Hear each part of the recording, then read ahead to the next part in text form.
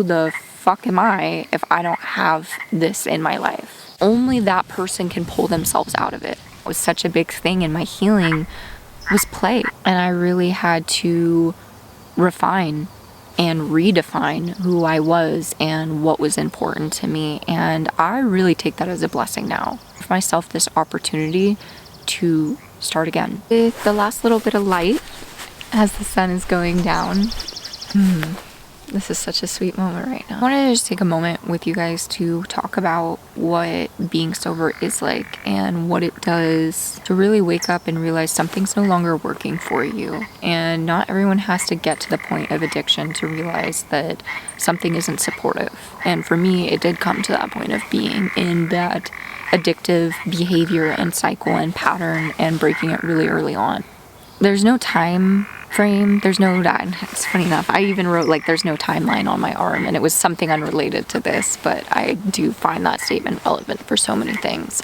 There is no timeline to coming to this point of realization that something doesn't work for you anymore, but I feel like most people come to it either starting in their 30s, their 40s, 50s, later on, but I feel like people younger and younger are starting to realize this doesn't work for me. And I just want to preface that I'm not here to demonize drugs and alcohol. I'm not here to say that weed is bad and drinking is bad and don't do these things. To each your own.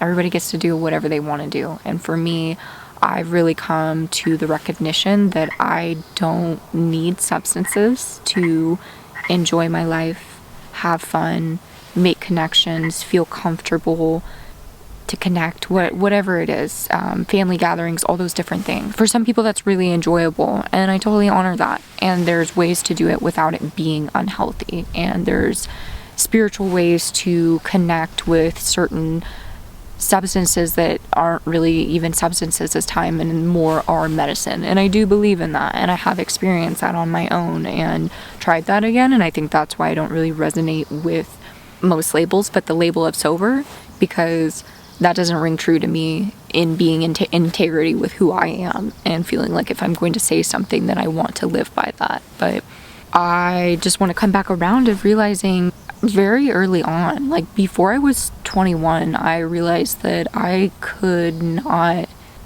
continue on drinking or doing drugs or not acknowledging that my mental health was falling apart completely. I didn't really have the choice to pretend. I mean, I could, but I was realizing that my life was unstable and getting to a point where it wasn't going to be sustainable for me to continue on. And I think there was a certain point of realizing that I'm going to go so far in a direction that is really unstable and unknown. And I can see right now that I really don't like that direction, that I don't want to be homeless, that I don't want to spend my whole life doing drugs, that I don't want to not address the root cause of the issue, which was my mental health and mental illness. And so I was able to kind of pull back with a lot of support, but also really coming in true with my own values. Because if someone is struggling with something, and I mean, this applies to anything, but especially with addiction and mental health, you can always support someone, and that does mean something and is very valuable. Only that person can pull themselves out of it. No one can drag you by your hands and knees to come to the finish line, to get past that point of realizing, I don't want to do this anymore. They can try, but it doesn't work. And when you get to that point of realizing that this isn't a suitable or sustainable lifestyle for you anymore, that can bring to this, like, it can be a catalyst, but it also can be this breaking point of who the fuck am I if I don't have this in my life? If I don't have this to lean on, if I don't have this as a crutch, if I don't have this as an avenue for fun or distraction, and I have to really understand how to be present with myself. So roughly around like 19, 20 is when I really started to grapple with this and sit with this concept of who am I when I don't have this distraction? And I had already kind of sat with that before with a previous injury. When I was young, I tore my ACL, and that kind of just changed my whole life path. And then that really led me down that road of struggling with mental health and addiction and trying to figure out who I was not as an athlete anymore, and then leaning into those drugs, and then trying to figure out who I was without having party girl energy, however you want to put it, I don't know, but realizing that there was much more to me, and I knew that, but being afraid of what was on the other side. So that really took me digging myself out of the trenches and waking up to this pain that I could no longer be this person anymore, that I could no longer pretend, that I could no longer hide from myself. My greatest coping mechanism was running, and sometimes that was physically running away or running away in my mind, and coming to that point of recognition and understanding that it wasn't going to last forever if I was in that position, or I was going to start burning bridges with people in my life, and already started to. And I really had to refine and redefine who I was and what was important to me. And I really take that as a blessing now, especially several years later, being able to really sit with that and realize, okay, I gave myself this opportunity to start again. And we always can start again, but a really big restart. For me, that was a very, I really wanted to stick to being sober. I did AA for a little bit, but it wasn't really my go-to. I didn't relate to it and didn't have a lot of people my age in my area to be able to connect with on that. And of course, before being 21 and so many of my friends being in college and drinking and all these different things, I really had to step back. I really had to cut down my circle and make it really small to my family and 1 or 2 core friends. And that was really difficult at a young age, to not have all these people around me in this big group, in this community, and feeling connected, and realizing that I wasn't really feeling connected to those people anymore because I wasn't really me. And that was hard to let go of. Really brought me to this point of defining who I was and what was important to me.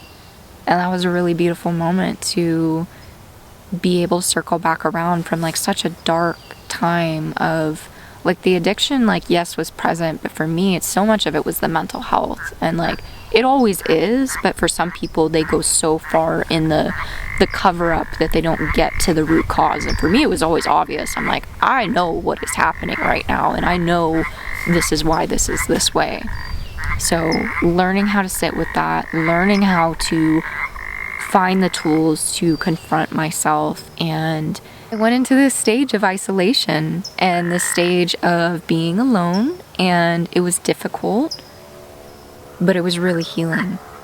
And then once I reemerged from that metamorphosis, I started to learn how to have fun again.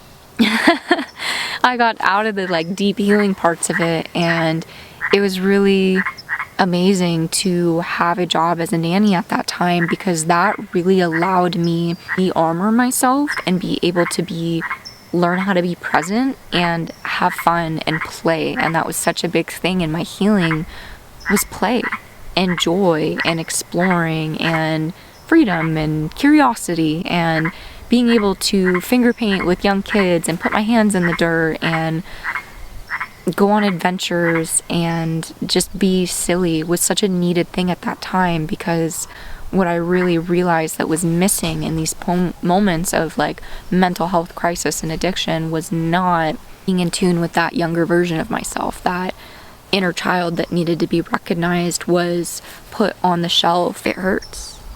It hurts to ignore parts of you that need to be seen the most, and the parts that hurt the most are the parts that need to be seen the most. So I felt really lucky to have that opportunity to learn how to connect with my body and learn how to come back into society as a sober person, which may sound dramatic if that's not something that you can relate to or resonate. But when you don't have something as a distraction and you're so used to being distracted, it's really uncomfortable to go back into old situations with people you used to know and try and put that skin back on and be that person that you're not anymore. And where this all really started was with creating that safety in my body. That was the first stepping stone, really. After the acknowledgement and the willingness to take the steps, it was okay, I am unsafe here, and I don't know how to navigate the world if I don't know how to be in my own body. And creating that just baby steps, one at a time, and learning and tools through therapy and community and fun and just all these different things really brought me to build that point of safety. And like I was saying earlier, I feel grateful that I did get to redefine my core values, because I was not in tune with those before, and I could have easily thrown a few words out there and said, sure, freedom means something to me, fun, play, joy, whatever it is, community. But until those things are taken away from you, or until you learn how to, you're living so far in the opposite direction, and then you open yourself back up to those, you don't really understand how important it is to be aligned with those values. And you get to learn how to navigate complex situations without a crutch. And that is complex, to put it simply.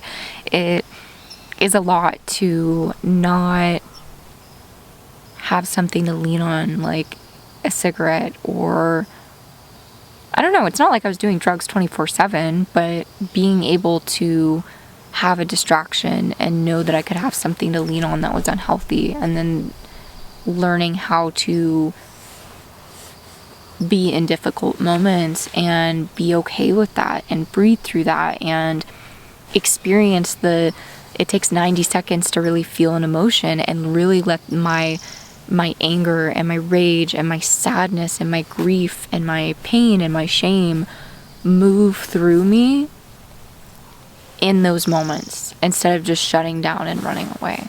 And that was powerful, to reclaim that and to realize, okay, I could have just gone my whole life pretending I didn't want to acknowledge these things. And I'm not great at it all the time. I still run away from it, but actively taking those moments and time with myself to honor myself enough to pay attention to things that aren't working anymore. And that takes deep healing sometimes.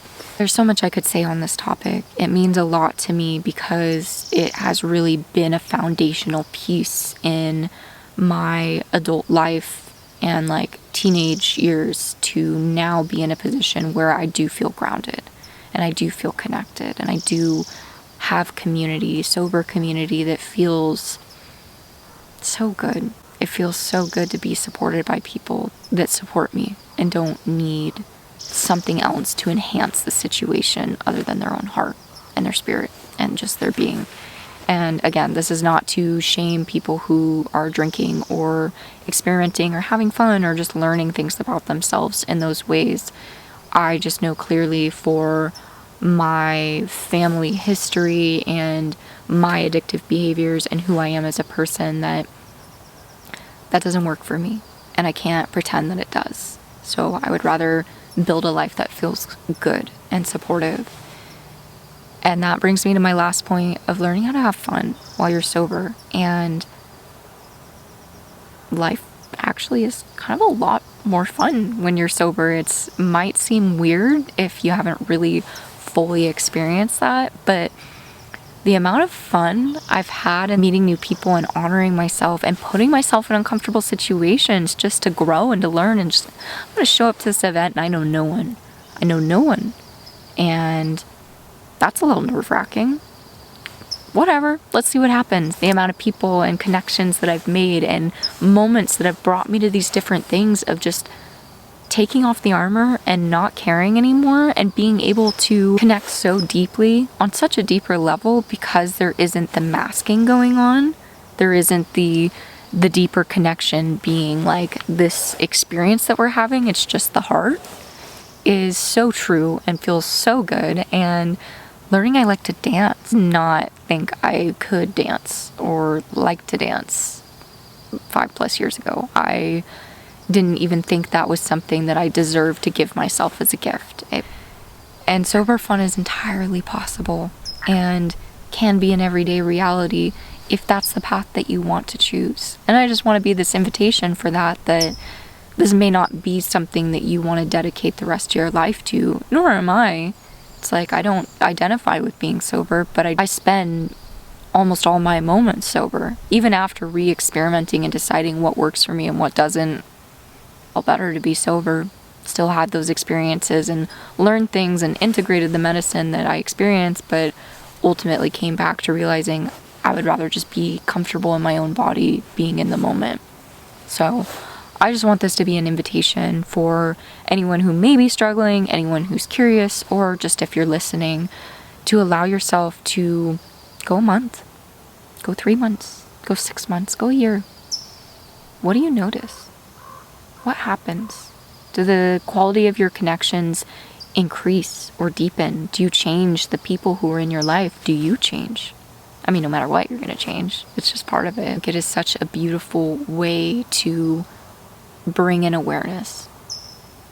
Bring in such deep awareness to live an abundant life.